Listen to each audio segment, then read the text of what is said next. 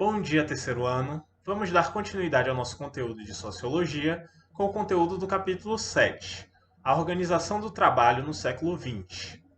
Nós vimos na aula anterior como a questão do tempo é uma questão chave no desenvolvimento do capitalismo, de como o tempo utilizado pelo trabalhador, o tempo gasto por ele em uma determinada tarefa e como aproveitar esse tempo é algo crucial para o capitalismo.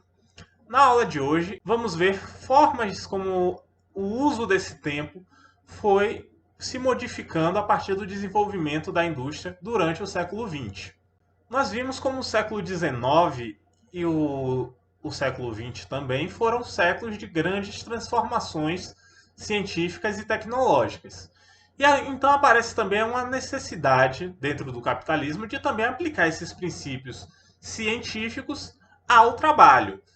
E nós temos um dos primeiros exemplos disso com o chamado Taylorismo. O Taylorismo se trata de uma proposta de gerenciamento do trabalho nas fábricas, proposta pelo engenheiro americano Frederick Taylor, em que ele propõe que o tempo nas fábricas deve ser rigorosamente controlado. Cada atividade que o trabalhador exerce deve ser cronometrado, deve ser controlada estritamente.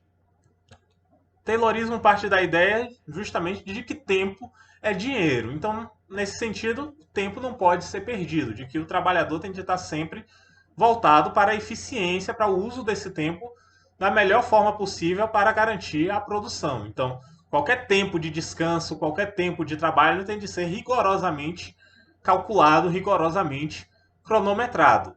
Então, para permitir que a produção se dê sempre de forma rigorosa, orientada pelo relógio. Outro elemento desse controle do tempo do trabalhador também para o Taylor é de que você controlando o tempo do trabalhador, você dificulta a articulação política desse trabalhador.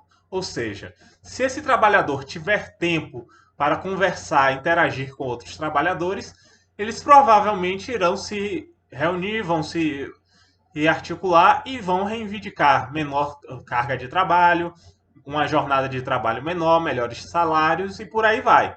Então, o objetivo do Taylor é, deixando o trabalhador ocupado, você não só ter uma maior eficiência no desempenho do trabalho, como você também evitaria que esses trabalhadores reivindicassem melhores condições. Outro elemento para o Taylor é a importância da divisão do trabalho, ou seja, que cada um deve se dedicar à sua atividade. Você tem de ter um trabalho em que cada um faça uma parte desse trabalho, nunca o trabalho todo, para duas coisas. Uma, você concentrar aquele indivíduo em uma única atividade para que ele faça aquela atividade de forma eficiente, mas também para que você crie distinções entre os trabalhadores em uma mesma fábrica, porque assim, novamente, se você está dividindo esses trabalhadores, fica mais difícil de que eles se vejam como operários no mesmo espaço. Por exemplo, alguém que trabalhe na parte de design em uma empresa não vai se ver no mesmo nível de alguém que trabalhe, digamos assim, com a montagem. Então você cria aí distinções entre esses trabalhadores e você dificulta que eles se vejam como iguais. Dessa forma, você justamente impede eles de trabalharem buscando um interesse em comum. O século XX também viu a aplicação desses princípios de Taylor e o desenvolvimento deles a partir dos trabalhos de Henry Ford, ou seja, o fundador da Ford.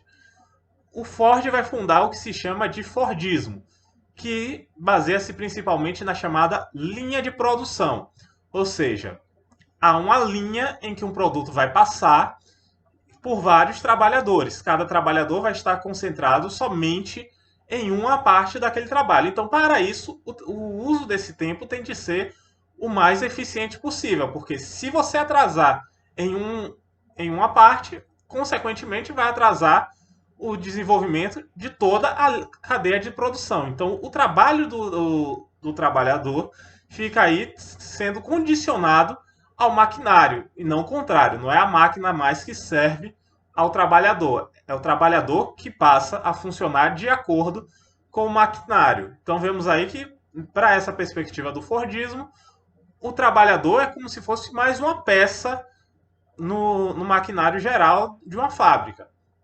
A ideia, tanto do Taylorismo quanto do Fordismo, é, digamos assim, de um trabalhador que seja da mesma forma que um soldado, que ele seja obediente, que ele seja eficiente e que ele obedeça sem questionar a uma ordem recebida. Claro que essas posturas diante do trabalho não são sem consequências para o trabalhador. Uma delas é que se exacerba o que se chama de alienação do trabalho.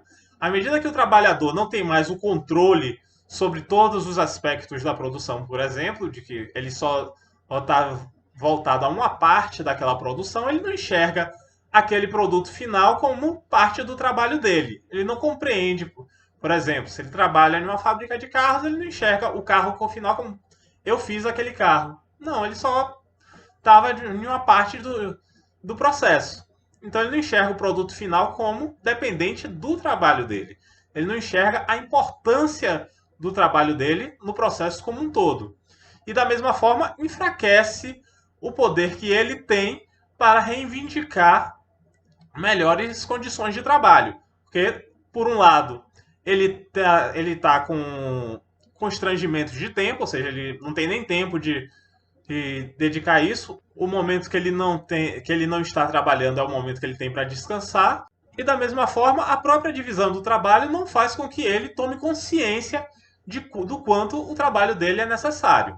De acordo com o sociólogo americano Richard Sennett, esse processo de maior eficiência, de maior otimização do trabalho, de fato acelerou a produção, mas não trouxe nenhuma melhoria real de condições do trabalhador. Pelo contrário, em grande parte, o trabalhador agora vive várias incertezas com relação à estabilidade dele no trabalho, ele não tem certeza de que ele se manterá ali. Por conta dessa redução na capacidade de articulação do trabalho também, o trabalhador está sempre em uma condição desigual frente aos patrões na hora de reivindicar melhores condições. Então, por conta disso, todos esses processos de otimização do trabalho não trouxeram consequências positivas para os trabalhadores.